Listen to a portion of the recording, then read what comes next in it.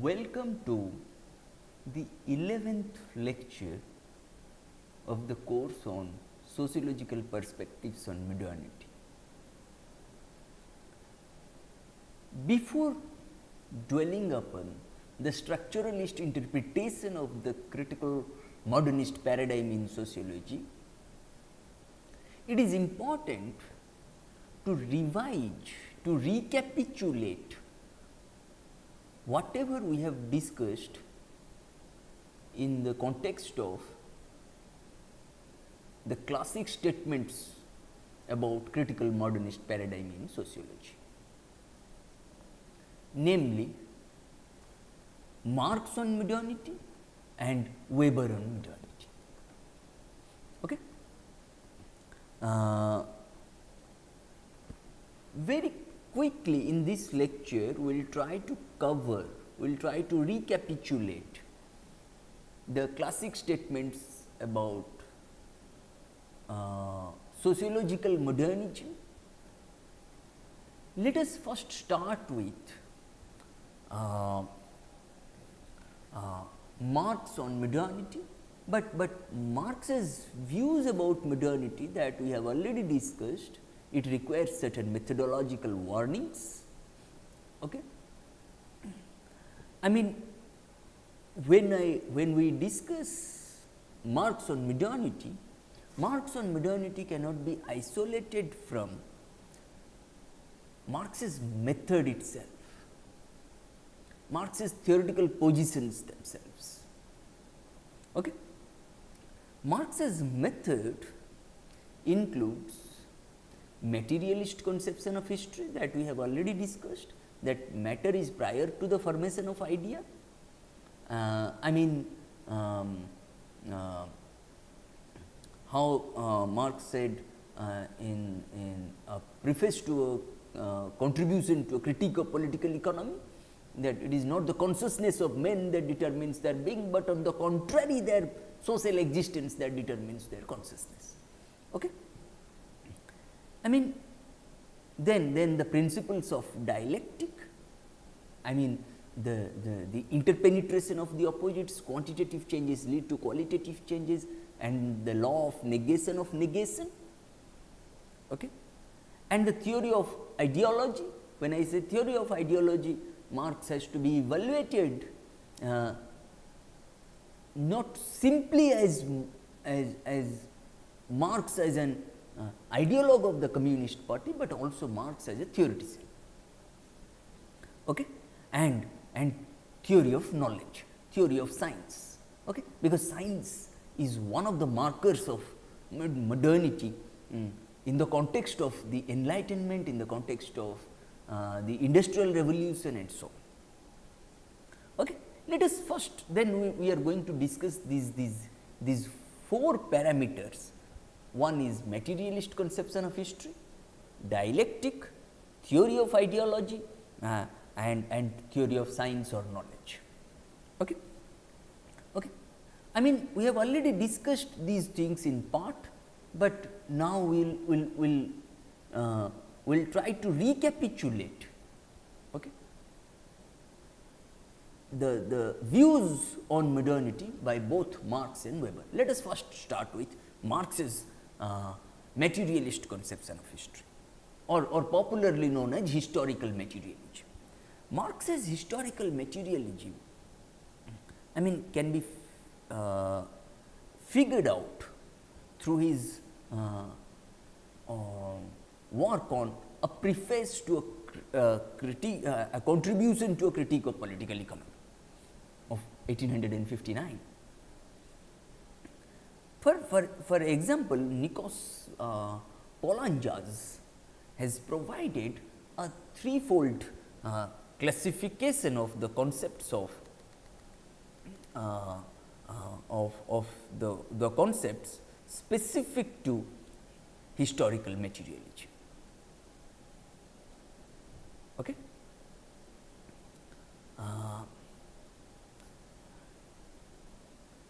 I mean, what is that threefold classification of the concept specific to historical materialism? I mean, Marx's historical materialism. First, historical materialism First, historical materialism is a theory of history on condition that certain of its concepts are transhistorical, that is to say, they have some valid applicability in all historical forms of society, whether it is slavery or feudalism or capitalism. It is always the relationship between labor and capital. It is the relationship between labor power, between those who sell their labor and those who live off their labor. Those who sell their labor power on the one hand, and those who own the means of production. Okay. That is why it is transhistorical in nature. Okay. It is you will find similar kind of tendency in all historical stages of society, be it slavery or feudalism or capitalism. Okay. I mean, such concepts include modes of production, raw materials, instruments and relations of production, property relations and relations of appropriation, okay, labor and social formation. Possibly the concepts of a theory of transition between social formations and the concepts of the different structural levels within a mode of production and social formation. When I say social formation, I mean the political, the ideological and the economic formations. Polanyi's calls the theoretical structure formed by these concepts the general theory of historical materialism. Okay. Then it is very important to understand, the first point that historical materialism is a theory of history on the condition, on the premise that certain of its concepts are transhistorical in nature. Okay. That is to say that they have some valid applicability in historical forms of society, and these concepts include modes of production, raw materials, instruments and relations of production, property relations and relations of real appropriation, labor and capital formation, possibly the concepts of a theory of transition between social formation and the concepts of the different structural levels within a mode of production and social formation, namely the political, the ideological and the economic. Okay. This is known as a general, this is it is called the, it is known as this is known as the theoretical structure formed by the concepts, the general theory of historical materialism. Then what is historical in historical materialism and what is materialism in historical materialism? It is very important to know what is historical in historical materialism. Historical, the term historical entailed the analysis of how particular forms of society have had come into existence and the specific historical contexts within which apparently universal or eternal social forms were located. Then historical entailed the analysis of how particular forms of society had come into existence and the specific historical contexts within which apparently, not really, apparently universal social or universal or apparently universal social forms or apparently eternal social forms were located. What are they? They appear to us as universal, eternal. They are not going to die out. They are not going to disappear. They are going to exist here for all time to come. It appears to us that way, but actually it is not. Let me give you a few examples of which appear to us as universal or eternal social forms, but actually it is not. Let me give you a few examples. I mean, the state, religion, market, and so on. Okay. It appears for Marx, it appears to us that the state is going to exist for all time to come, the market is going to exist for all time to come, religion is going to exist for all time to come. It appears to us, but actually they are not. They are going to disappear anyway. Okay. But we have to understand the historical contexts against the we have to understand the specific historical contexts within which these apparently universal or eternal social forms are located or situated. Then what is materialism in historical materialism?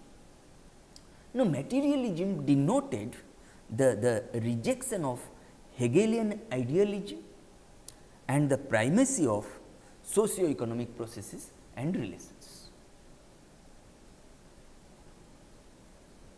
Materialism denotes the rejection of Hegelian idealism. I mean, Hegelian idealism suggested that no, ideas are prior to the formation of matter, whereas Marx's materialism suggests that no, ideas are not prior to the formation of matter, rather matter is prior to the formation of ideas. In what sense? Now, when we place our socio-economic processes and relations on a higher pedestal vis-a-vis other political, ideological processes and so on. This is the first. Then what is the second one? Secondly, there are particular the particular theories whose concepts provide the theoretical analysis of each of the modes of production. Okay. This is important. I mean, there are certain particular theories whose concepts provide the theoretical analysis of each of the modes of production, namely hunting and gathering economy, slavery, feudalism, capitalism, socialism, and communism, which are identified in the general theory of historical materialism. The particular theory of the capitalist mode of production includes as constituent concepts of the concept of commodity, the distinction between use and exchange value, the distinction between labor and labor power, the concepts of money and of capital itself, and the distinctions between constant capital and variable capital, and between value and surplus value, and the concepts of profit, interest, and capitalist ground rent, and also the concepts of neo-economic structures. I mean, namely, what are these neo-economic structures? I mean, ideological structures and political structures, okay, which are characteristic of the capitalist mode of production. Okay. It is also important to understand the significance of trade unions, political parties, a definite range of forms of the state, and a specific form of family, and so on. Okay. Then first we discussed in the first point Marx's materialist conception of history, that Marx's historical materialism is a theory of history on the condition that certain of its concepts are transhistorical in nature, that is to say that they have some valid applicability in all historical forms of society. Okay. I mean, the general theory of historical materialism.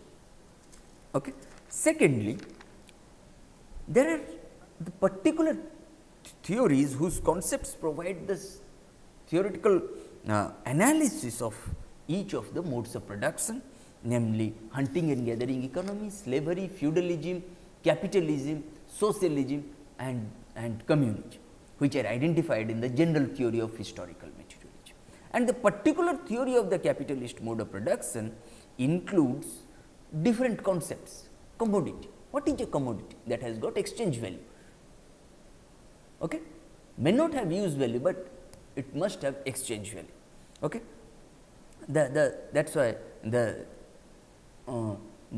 distinction between use value and exchange value is important. The distinction between labor and labor power is important. Okay?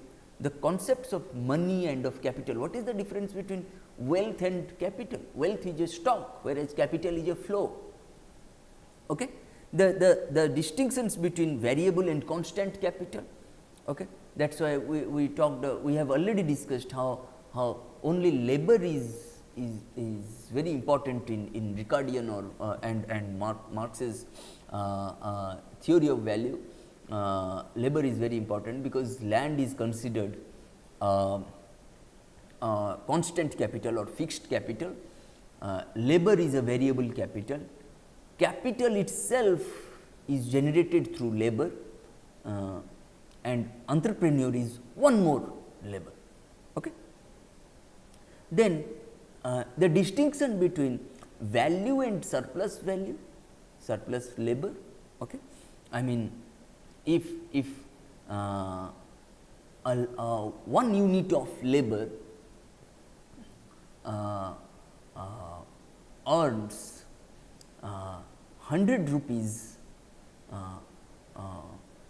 or 80 rupees for 8 hours of work a day, then for overtime, if she or he is getting engaged in overtime activities, then the wage gets reduced, in fact. Okay? The surplus value. Okay? The concept of profit, interest and rent, capitalist ground rent, okay? They are owned by, they are handled by, they are appropriated by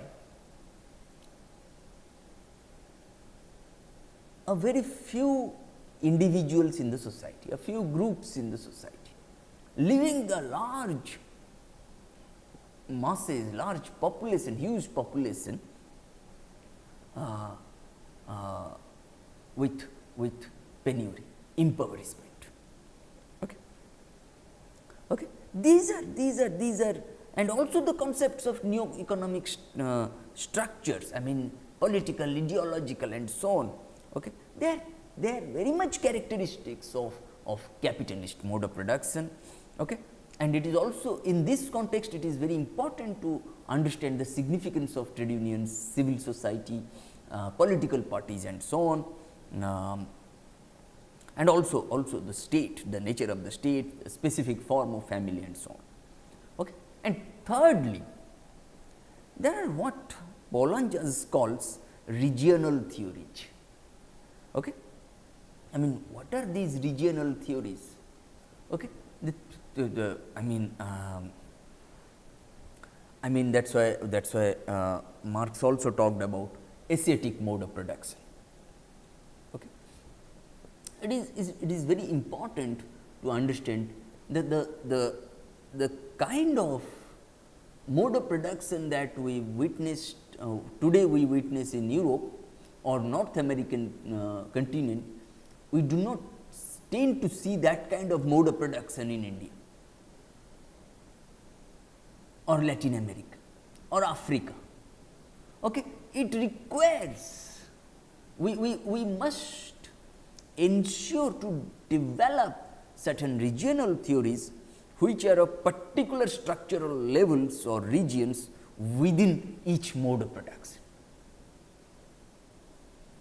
Okay. Then there are 3 important elements. I mean as Nikos Bollanges has provided a threefold classification of the concepts specific to historical materialism. Okay. First, Marx's historical materialism is a theory of history on the condition that certain of its concepts are transhistorical in nature, that is to say that they have some valid applicability in all historical forms of society. Okay? I mean general theory of historical materialism. We have also discussed what is historical in historical materialism and materialism in historical materialism. Okay? Secondly, there are particular theories whose concepts provide the theoretical analysis of each of the modes of production, namely hunting and gathering economy, slavery, feudalism, capitalism, socialism and communism, okay? Which are identified in the general theory of historical materialism. I mean this particular theory of the capitalist mode of production, okay, includes as constituent concepts the concept of commodity, the distinction between use and exchange value, the distinction between labor and labor power, the concepts of money and of capital itself, the distinctions between variable and constant capital, between value and surplus value, the concepts of profit, rent and the capitalist ground rent, and also the concepts of neo-economic structures characteristic of the capitalist mode of production, trade unions, political parties, a definite range of forms of state, or specific forms of a specific form of family and so on. Okay? And thirdly, there are what Bollanges calls regional theories. I mean these regional theories are of the particular structural levels or regions within each mode of production. Okay? This is broadly materialist conception of history or Marx's materialist conception of history. Then what are the principles of dialectic? What is dialectic first of all? Popularly known as dialectical materialism. Okay? That the term dialectic refers to the art of a dialogue in the form of an argumentation. It expresses, I mean the term dialectic expresses the view that development depends on the class of contradictions or the creation of a new, more advanced synthesis out of these classes, out of these contradictions, out of these conflicts. Okay? The dialectical process involves three movements: one, thesis, antithesis and synthesis. Okay? And Marx used the notion of dialectic to account for social and historical events, but Engels extended the scope of dialectical analysis so far to establish it as a general law of development that applied equally into social, natural and intellectual spheres. Okay?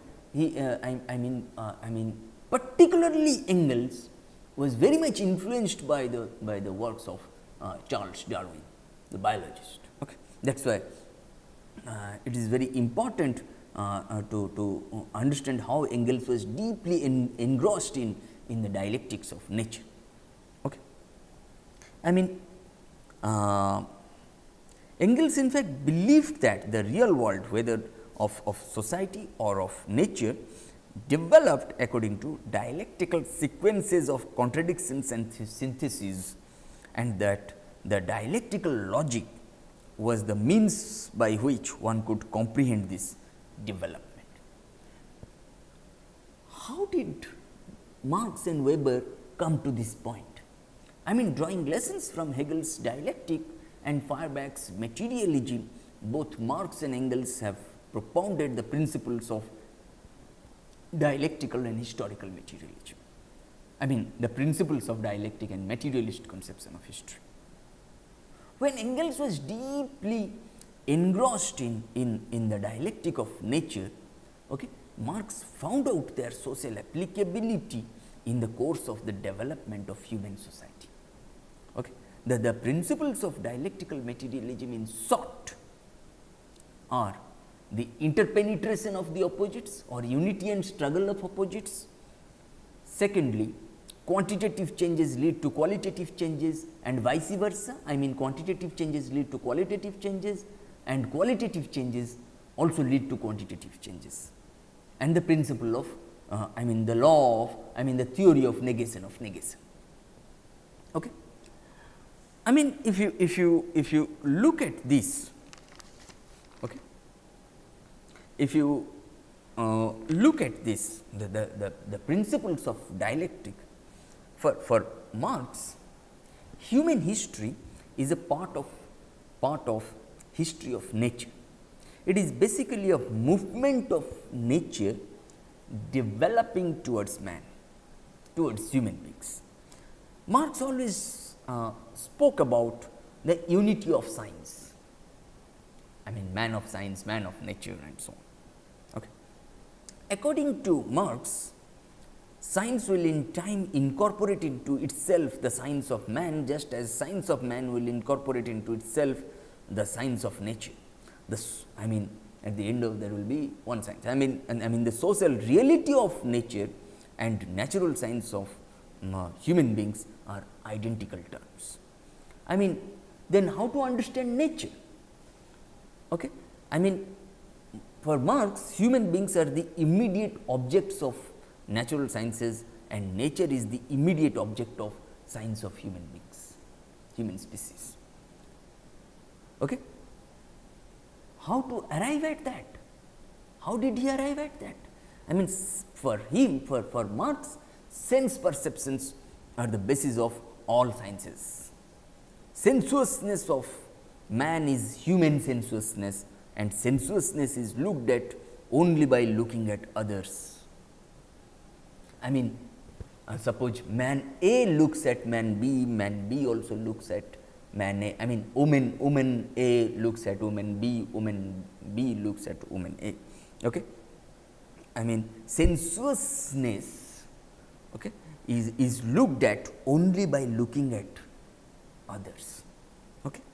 For Marx, human actions change the world. Human actions change nature. That's why in man-nature relationship we have already discussed. I mean, there are different things that earlier literature suggests that nature controls, but I mean, what was the role of human beings? Human beings were supposed to only contemplate on nature. Okay, but subsequently civilization also taught us how human beings started controlling nature. Okay, there was a shift from faculty of contemplation to faculty of control. Okay, that's why for Marx, human beings change the world, human beings change the nature. Marx emphasized what is the basis of this? Marx emphasized the notion of praxis, practice. Okay, the single science refers to the science of history. I mean, history of nature and history of man condition each other. History of nature and history of human species condition each other. There is always a dialectical process. According to Marx, human beings live in and against nature. Human beings not only depend on nature for their survival, but also know how to control it, how to master over nature. Okay? That is why according to Marx, human beings human beings live in and against nature. Okay? And knowledge comes from this kind of conflict with and by acting upon nature. Okay? That is why Marx said by acting upon nature, human beings not only change nature, but also change the social relationships involved in it. Human beings by acting upon nature, human beings not only change nature, but also change themselves. Okay? It is only through practice that we know and change the world. It is only through practice we know and change nature. In this context, okay, as a towering figure from People's Republic of China, Mao Zedong, okay, who said that the proof of apple is in its eating. Okay. I mean, it is an empirical way of looking at the trajectory of development. Okay. And this it involves a dialectical process. I mean, practice. Through practice, we know and change nature. By knowing as well as changing nature, we create knowledge. Okay. And this new form of knowledge or these new forms of knowledge, okay, they also change human nature. That is why by acting upon nature, human beings not only change nature, but also change themselves. Okay.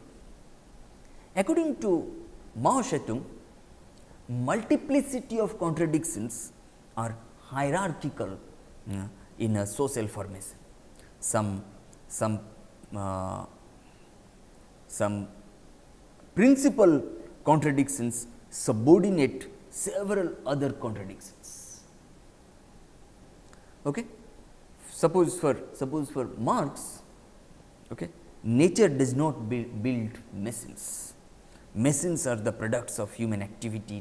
Machines are the products of human action, human labor. Okay. I mean, that is why Marx said that who has created machines? Okay. Earlier literature used to attribute the creation of machines to some supernatural forces, I mean God. Okay. In this context, Marx interrogated this idea, and Marx challenged this idea. I mean, Marx came up with a more modern view about this new order of society, that no, machines, I mean, nature does not build machines, God has not built machines, machines are the products of human labor, human activity, human action. Okay. In this context, okay, Marx said that Darwin has God made redundant. Okay. It is only through human labor, human activity, human action that we have created this world. We have tried to not only know this world, but also we have attempted to change this world. Okay. Okay. Capitalism limits civilizing force of science. Okay. In capitalism, okay, in capitalist mode of production, as Marx suggested, that nature, I mean that nature becomes denatured and humanity becomes dehumanized, and nature becomes a raw material, an object of utility. Okay. I mean, it is important to humanize nature and naturalize human beings, which does not happen in capitalism for Marx. Okay. For Marx, in capitalism, nature becomes denatured and humanity becomes dehumanized, and nature is reduced to a raw material, an object of utility.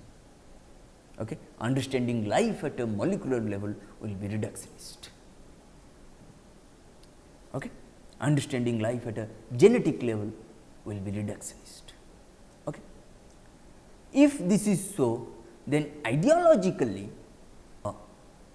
much of Marx's and Engels' discussion on ideology is metaphorical in character. We are now coming to theory of ideology, okay, by Marx. I mean, what are ideologies for Marx?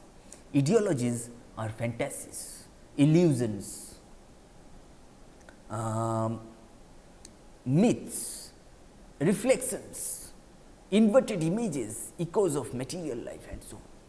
Many but not all of these metaphors contain two theses about ideology. Okay? Marx as a theorist. I am not talking about Marx as an ideologue of the Communist Party, but Marx as a theoretician. Okay? Many but not all of these metaphors contain two theses about ideology. I mean ideologies as fantasies, illusions, myths, reflections, inverted images, echoes of material life and so on. Okay? These metaphors contain two theses about ideology. One thesis concerns its status as a reality, the other its status as knowledge. When I say knowledge, I mean its cognitive status. For Marx, there are one-way causal relations, causal links between material life and ideology. That ideology and insubstantial epiphenomenon, I mean that is a reflection which depicts but does not affect the course of real historical life. Insubstantial epiphenomenon. Okay? In the German ideology, Marx said that materialism consists in asserting that thoughts are the phenomena, material life are the phenomenon, material life or material life, their essence, as against the idealists' assertion of the converse. Idealists asserted that no, there must be determination in the last instance, and relative autonomy of the superstructures are clearly attempts to correct these lapses into economic reductionism. Okay? For Marx, if ideology is the dependent variable, if ideology is the effect, then mode of production is the independent variable or the cause. Okay? But and for Marx, in quest of truth, Marx as a theoretician, in quest of truth, in quest of knowledge, okay, one has to go beyond the narrow confinements of her or his ideology. Okay? Once you move away from ideology, once you move away from the narrow confinements of your ideology, okay, then you confront science. Therein lies the beauty of Marx's theory of science or theory of knowledge. Okay? The theory of science or the theory of knowledge, Marx's theory of science or theory of knowledge can be understood by analyzing and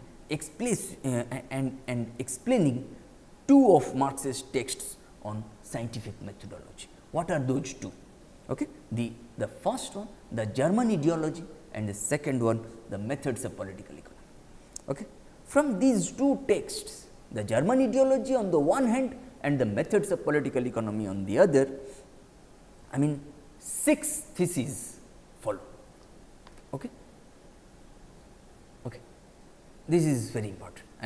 German ideology, because he was guided much by German philosophy, and methods of political economy, British economy. Okay. These two are very important. What are those 6 theses which follow from these two texts on the German ideology and the methods of political economy? First, the positive science of history is the representation of the practical activity, of the practical process of development of human beings. Okay? The first one, the positive science of history, is the representation of the practical activity. Everything emanates from praxis, practice. Okay? And such representation or depiction consists in the observation and arrangement of historical material under the guidance of certain premises, certain conditions, certain starting points, okay, which are themselves to be made evident by the study of the material life of each historical epoch. Then what are these premises, these starting points, these conditions? Okay? Premises in this sense are the axioms or first principles of the theoretical system of history. This is the third one. Premises, thirdly, premises are the axioms or first principles of the theoretical system of history. Fourthly, the term premises refers to starting points in the real world from which the concrete study of history must proceed. And these premises are basic facts of social life. I mean, what are those basic facts of social life? I mean, maybe the individual, the real individuals, their activity and the material conditions under which they live. And these premises, I mean, the given, the raw data of scientific historical investigation can be verified in a purely empirical way and are empirically perceptible. Fifthly, the materialist method of knowledge production for Marx differs from that of the empiricists, okay, crude empiricists, for whom history is a collection of dead facts. That is why materialist method again is different from empirical method. Okay. Not only that, sixthly, what Marx went further, that the materialistic method is not speculative as metaphysicists do. Okay. Instead, the materialist methods always starts with observable and verifiable facts. Why? Why the materialist method is not speculative as metaphysicists do? No, precisely because the premises of metaphysics or the hitherto existing philosophical investigations governed by the metaphysical school of thought, okay, they govern the premises of metaphysics govern empirical investigations. Okay. That is why the materialist method, okay, always starts with observable and verifiable facts. Okay. Keeping the broad contours of Marx's historical materialism, the Marx's materialist conception of history, the principles of dialectic, theory of ideology and theory of science or theory of knowledge. Okay. Let us quickly look at Weber's reflection on modernity, reflection of modernity. We are just trying to recapitulate before we move on to the structuralist interpretation of modernity by Levi-Strauss and Louis Althusser. Okay. Now how Weber did it? I mean, Weber contributed heavily to the development of substantive sociological theory and to the debate on methodology. Weber's methodological writings and theoretical positions are usually characterized as effecting a reconciliation between positivist and new Kantian positions. Though Weber's positions were not, of course, entirely consistent throughout his life, okay, it is possible to say that in general he rejected the view attributable to some neo-Kantians that the cultural sciences are exclusively concerned with the uniqueness of their objects of study and that the category of causality is inapplicable in them. Weber was committed to the widespread neo-Kantian insistence on the methodological peculiarities of the cultural sciences. For Weber, these peculiarities centered around the two related concepts of value relevance and interpretative understanding. I mean, the cultural sciences differ from the natural in the distinctive role of valuations in the formation of concepts and in the distinctive type of knowledge involved in them. And a third area of methodological differences was thought by Weber to be the use of idealizations in the cultural sciences. Weber's famous definition of interpretative sociology encapsulates most of such points as sociology is a science which attempts the interpretive understanding of social action in order thereby to arrive at a causal explanation of its course and effects, and an exposition of Weber's methodological position can usefully proceed with an analysis of each of the concepts and contrasts involved in the definition. First, the concept of social action, the characterization of sociology in terms of the understanding and explanation of social action involves two important contrasts. First, Weber is distinguishing the paradigmatic objects of sociological knowledge for him from the supra-individual social entities whose existence is supposed in much sociological theorizing and also everyday thinking about social relations. Weber does not actually deny the existence of such supra-individual social entities, but argues that for interpretative sociology they must be such supra-individual social entities must be treated as solely the resultants and modes of organization of the particular acts of individual persons. Weber's position here would now be regarded as methodological individualist, involving the claim that insofar as collectivities may be said to have characteristics independent of the individuals which make them up, those characteristics are to be explained in terms of individual actors and their actions. Then such methodological individualist position refers to theoretical position holding that adequate sociological accounts necessarily involve reference to individuals, their interpretations of their circumstances and the reasons and motives for the actions that they take. Weber says that such action by no means necessarily follows from the sharing of a common class situation. Prima facie, interpretive sociology refers to a variety of forms of sociology united by an emphasis on the necessity for sociologists to grasp or understand or interpret actors' meanings. It can legitimately interpret it can legitimately interpret a course of action in terms of concepts such as the state, classes, etc., without commitment to any of the entities. Interpretative understanding, it refers to a method that stresses the importance of understanding of intentional human action. Semantically, any account is an interpretation. That is why we have already discussed how Weber considered understanding to be a method of elucidating the motivations for action, which did not prelude the sociologist making generalizations from these data. In sum, whilst there is a general commitment to empathy and understanding from the actor's point of view, the research that flows from interpretation is so varied as to be difficult to categorize as a school, possibly because the meaning of interpretation is itself subject to interpretation. Okay? Verstehen for Weber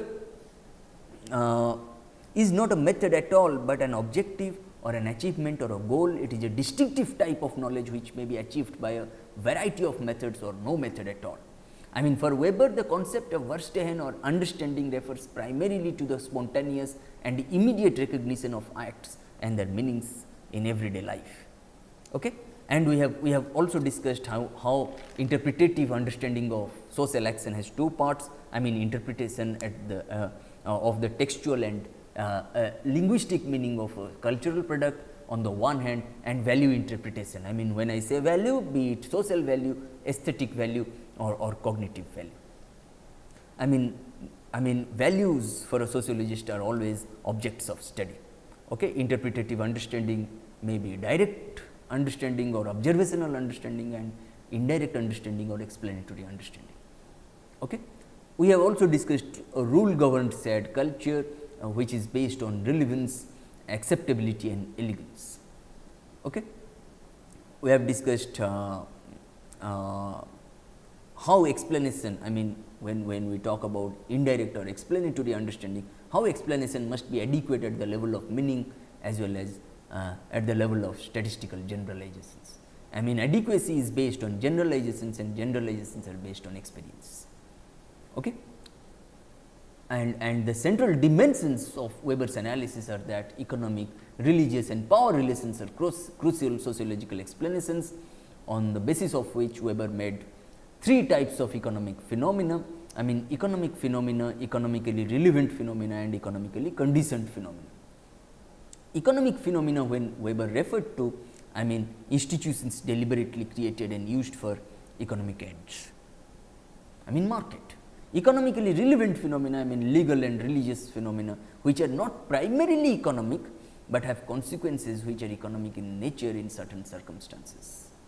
I mean when Weber talked about economically conditioned phenomena, I mean he referred to the stratification systems and the state are not directly the economic phenomena, but are affected in some way by the economic phenomena. That is why Weber said that economy and religion cannot be separated in our day to day life, so far as practice is concerned. Okay. Then we have discussed Weber's interpretation of modernity, as well as Marx's interpretation of modernity through the lenses of holism or totality, reflexivity, rationality, and social movements. Okay. And we have also discussed there are two primary differences between Weber and Marx on class. I mean the first is in their conception of the economic class structure that underlies class movements. I mean for Marx, classes are manifestations of economic differentiation, but for Weber, classes are contingent upon life chances as well as causal components. Okay. For Marx, we have, as we have seen this, I mean the conception of the economic class structure that underlies class movements can ultimately be reduced to a primary opposition between the exploited and the exploiters, those who labor as well as those who live off their labor. For Weber, however, economic situation is not so much a relationship as a given which individuals bring to a market. Schematically, we can say that individuals bring their labor power or their skills or their ownership, the means of production to a market, and it is this market situation for Weber that generates the life chances of each individual. I mean for Weber, economic classes are more heterogeneous, okay, and less interactive than what Marx had envisioned. Okay. And secondly, the other major difference which Weber brings to his analysis of social movements is the concept of social closure. Weber treats social closure as a process whereby groups aim at restricting access to particularly desirable things, namely occupations, goods, status, and so on. Much of Weber's writing deals with the extent to which successful collective action results in this kind of social closure for the sake of exercising a monopoly on something. Okay. This is very important, and we have also discussed Weber's ideal types, I mean which are the models which describe rules of the way things happen in a way that makes sense to us. Thus, we might construct an ideal typical description of the way in which religions founded by a charismatic priest become over time highly structured and militant organizations. And the relationship of this model to the way things actually happen is then variable. In general, Weber says that it helps us develop these models at as abstracted a level as possible, so that the concepts become as unambiguous as possible and their interrelationship is as clear as possible. And these ideal types are then they do become yardsticks against which we can measure what actually happened. Okay? In other words, the ideal type is a description of a particular logic or of process or of a rational sequence of events in the sense of one where their sequence has a meaning. Clearly, they will be far easier in the case of value rational or goal rational sequences, since an assumption continued custom tells us very little about the content of the custom, and assumptions that emotions follow particular sequences are very risky. In other words, it is rationality itself, whether goal rational or value rational, that makes interpretation possible on the basis of a shared and reflexive participation in the social world. and beyond the specific case of rationalization as a general process in modernity, okay, then rationality for Weber is a concept which bridges the gap between sociology and its objects. I mean, for example, rationality in either form is present as a tendency within society which may be approximated to a greater or lesser extent. I mean, the sociologist can use this tendenzial rationality to make more sense of the actual process or events. Clearly then, the more rationalized society becomes, the deeper into modernity we go, the easier the sociologist's task should become, and the closer their interpretations should correspond with what actually happens. Okay? I mean, in the next lecture, we are going to discuss the ultra-modernist case. I mean, the structuralist interpretation of the critical, I mean, the central pillars, the central political and philosophical foundations of modernist paradigm in sociology. I mean,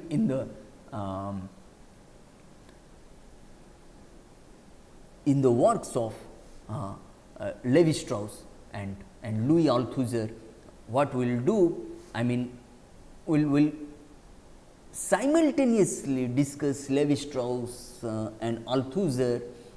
I mean, first we will go one by one, and then we will examine simultaneously both their works through the lenses of these central pillars of modernity. I mean, holism, or totality, reflexivity, rationality and social movements. Thank you.